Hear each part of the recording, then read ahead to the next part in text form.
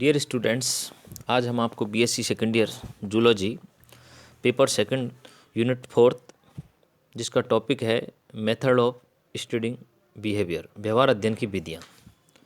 व्यवहार अध्ययन की विधियों के अंतर्गत जंतुओं में उनकी तंत्रिका प्रणाली, न्यूरल मैकेनिज्म व प्रदर्शित व्यवहार का ज्ञान निम्नलिखित विधियों के द्वारा किया जाता है, जिसमें नंबर 1 है कि तंत्रिका शारीरिक प्रणाली या अपक्षरण विधि द्वारा by neuroanatomical technique of lesions और एवलिएशन मेथड। सेकंड है तंत्रिका कार्य की प्रणाली द्वारा by neuro physiological technique. Number 3 पे है बाय न्यूरो केमिकल टेक्निक्स, तंत्रिका रासायनिक विधियों द्वारा। और नंबर 4 पे है bye focal and scan sampling method. तो सबसे पहले हम यहाँ पर तंत्रिका शारीरिक प्रणाली अपक्षरण विधि के द्वारा जंतुओं के व्यवहार का अध्ययन के बारे में आपको डिटेल में बताते हैं कि यह विधि व्यवहार अध्ययन की प्राचीनतम विधि है। वह प्रारंभ में अध्ययन अधिकतर इस विधि के द्वारा ही हुआ करता था। यह मेथड बड़ी क्रूड मेथड है तथा इस विधि के द्वारा एनिमल के ब्रेन के विभिन्न पार्ट्स को काटकर या हटाकर या नष्ट करके व्यवहार में परिवर्तन की स्टडी की जाती थी। अंगोच्छेदन के परिणाम स्वरूप संरचना व व्यवहार के मध्य संबंध स्थापित किया जाता है। इस विधि द्वारा यह निश्चित रूप से ज्ञात किया जा सकता है कि कौन सी क्रिया ब्रेन के किस पार्ट के द्वारा कंट्रोल की जाती है।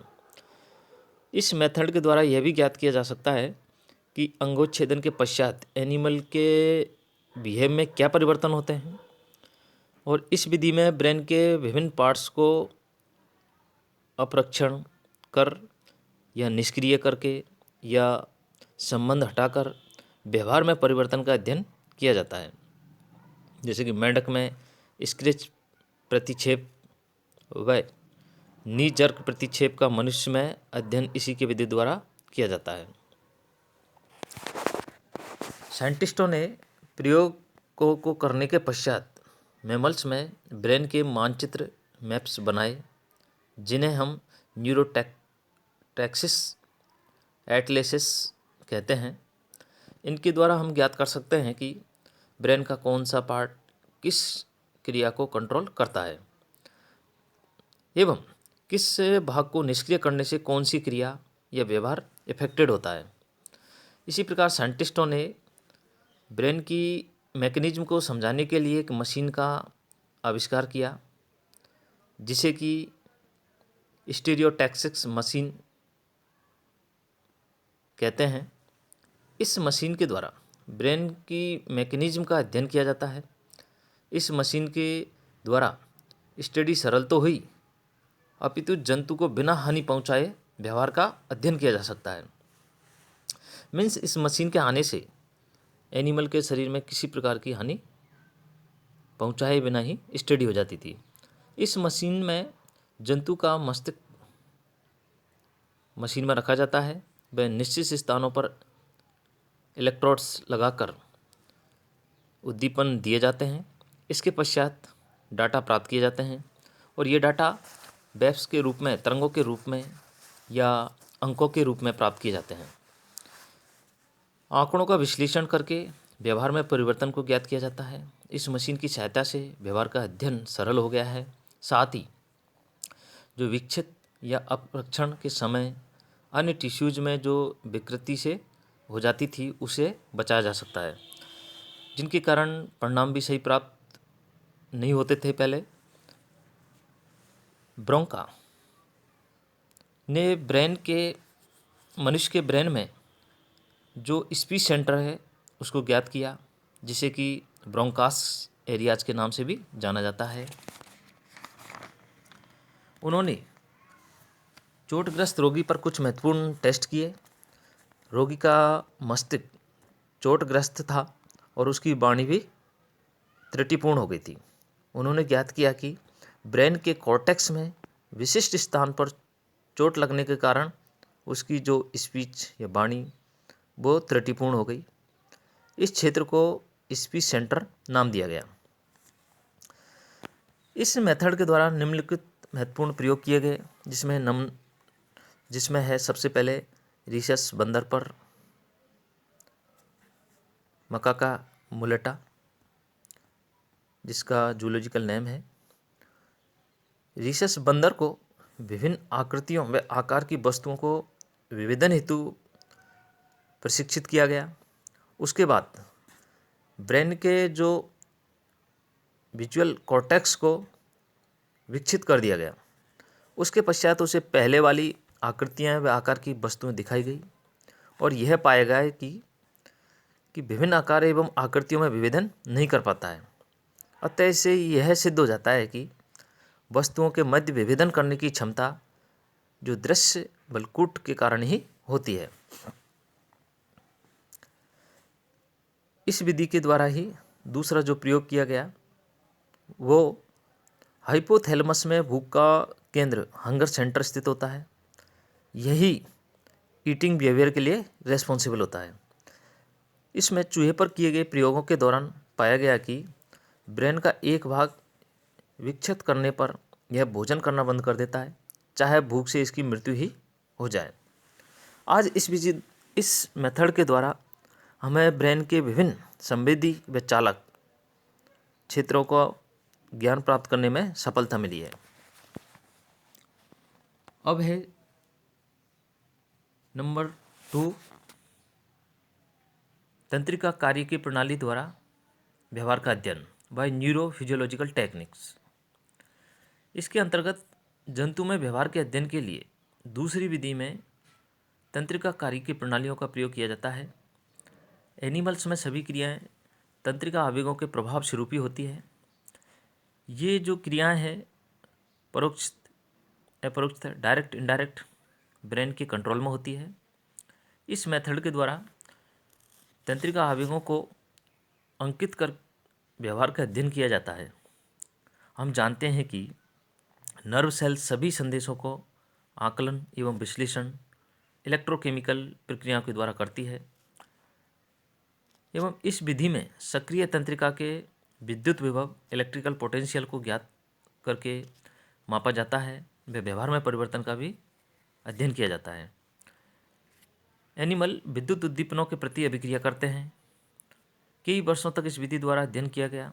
इस विधि द्वारा स्टडी करने के लिए एक मशीन का आविष्कार किया गया जिसको हम इलेक्ट्रोइंसिफेलोग्राम ECG कहते हैं।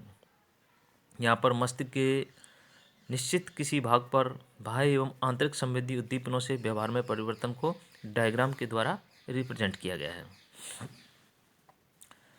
तंत्रिका कार्य की प्रयोगों को 2 पार्टों में संपादित किया जा सकता है। प्रथम भाग के अंतर्गत एक सामान्य एनिमल के विद्युत आवेगों का चित्रण किया जाता है। दूसरे भाग में एनिमल की विभिन्न अवस्थाओं में प्रदर्शित परिवर्तित व्यवहारों के विद्युत आवेगों का चित्रण किया जाता है। इन 2 परिणामों की तुलना कर व्यवहार के बारे में ज्ञात किया जाता है और इस विधि में ब्रेन के विभिन्न भागों को उद्दीपित करके विद्युत आवेगों को प्राप्त किया जाता है और उनका विश्लेषण करके व्यवहार का अध्ययन किया जाता है। वर्जर ने सन 1929 में ECG का प्रयोग करते हुए तरंगों का चित्रण किया और वह ब्रेन के मानचित्रों को उपलब्ध कराया। उसने ECG पर विद्युत तरंगों को प्राप्त कर सूक्ष्म से सूक्ष्म परिवर्तनों को ज्ञात किया। इस विधि में मनुष्य के कपाल में सूक्ष्म छिद्र करके इलेक्ट्रोड्स रोपित किए जाते हैं। इसके बाद इलेक्ट्रोड्स को ECG मशीन से तारों द्वारा जोड़ा जाता है। मशीन के पर्दे पर ब्रेन में विभिन्न क्रियाओं के प्रति उत्पन्न आवेगों को देखा जाता है। इन वेगों को इलेक्ट्रोकार्डियोग्राम ECG के समान कागज पर भी प्राप्त किया जा सकता है। इस प्रकार एनिमल के व्यवहार का अध्ययन सुगमता से किया जाता है। हैस ने भी इस विधि द्वारा मनुष्य में कई मानसिक रोगों का कारण ज्ञात किया। इस कार्य के लिए हैस को 1945 में नोबेल प्राइज भी प्राप्त हुआ। C. जैकबसन ने मनुष्य के ब्रेन में कुछ ऐसे क्षेत्र ज्ञात किए जिन्हें उद्दीपित करके मनुष्य में प्रसन्नता की अनुभूति कराई जा सकती है। उन्होंने ऐसे क्षेत्र भी ज्ञात किए जिन्हें उद्दीपित करने पर उदासी की भी अनुभूति होती है। यहाँ पर मनुष्य के मस्तिष्क के विभिन्न संवेदी क्षेत्रों को दर्शाया गया है। स्पर्श, दाब, त्वचा तापक्रम वाला क्षेत्र, स्वाद वाला क्षेत्र, दृष्टि वाला क्षेत्र, सुनने वाला क्षेत्र। इसी प्रकार यह भी ज्ञात किया गया कि मृगी रोग ब्रेन के किस पार्ट से के उद्दीपन से होता है, और इस प्रयोग में मृगी के रोग से पीड़ित व्यक्ति के मस्तिष्क में एक विशिष्ट क्षेत्र में इलेक्ट्रोड रोपित किए गए और इन्हें यह यंत्र से जोड़ा गया। जैसे ही मरीज को मृगी का दौरा पड़ने की आशंका होती है तो यह यंत्र उस भाग को दबा देता है, सप्रेस कर देता है, मरीज को मृगी का दौरा नहीं पड़ता। बी बॉन, सेंट पॉल, ई बॉन हॉलसटा ने बिल्ली के ब्रेन में विभिन्न भागों को उद्दीपित करके इन्हें सोने हेतु इंड्यूस किया और बिल्ली के डायंसिप्लोन भाग के विशिष्ट केंद्र को उद्दीपित करने पर इनमें शिकार करने की प्रवृत्ति अधिक देखी गई। इसी प्रकार कबूतर के ब्रेन स्टेम को विद्युत आवेगों से उद्दीपित करने पर कबूतर के अंदर भी भय की अनुभूति में लैंगिक व्यवहार की प्रवृत्ति देखी गई। अब है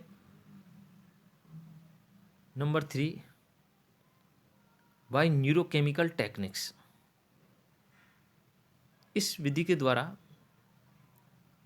व्यवहार का अध्ययन औषधियों के प्रयोग के द्वारा किया जाता है।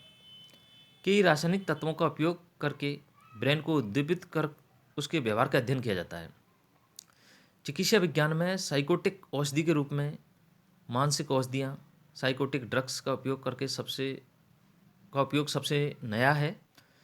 मनुष्य तनाव से मुक्ति के लिए, पीड़ा को कम करने के लिए, नींद के लिए कई औषधियाँ और नशीले पदार्थ जैसे कि अल्कोहल, हशीश, अफीम, चरस आदि का प्रयोग करता है। लाइसर्गिक एसिड LSD का आविष्कार किया गया जो कि प्राणी के ब्रेन को उद्दीपित कर सकती है। LSD एक केमिकल तत्व है जो कि ब्रेन को उद्दीपित करने की क्षमता रखता है।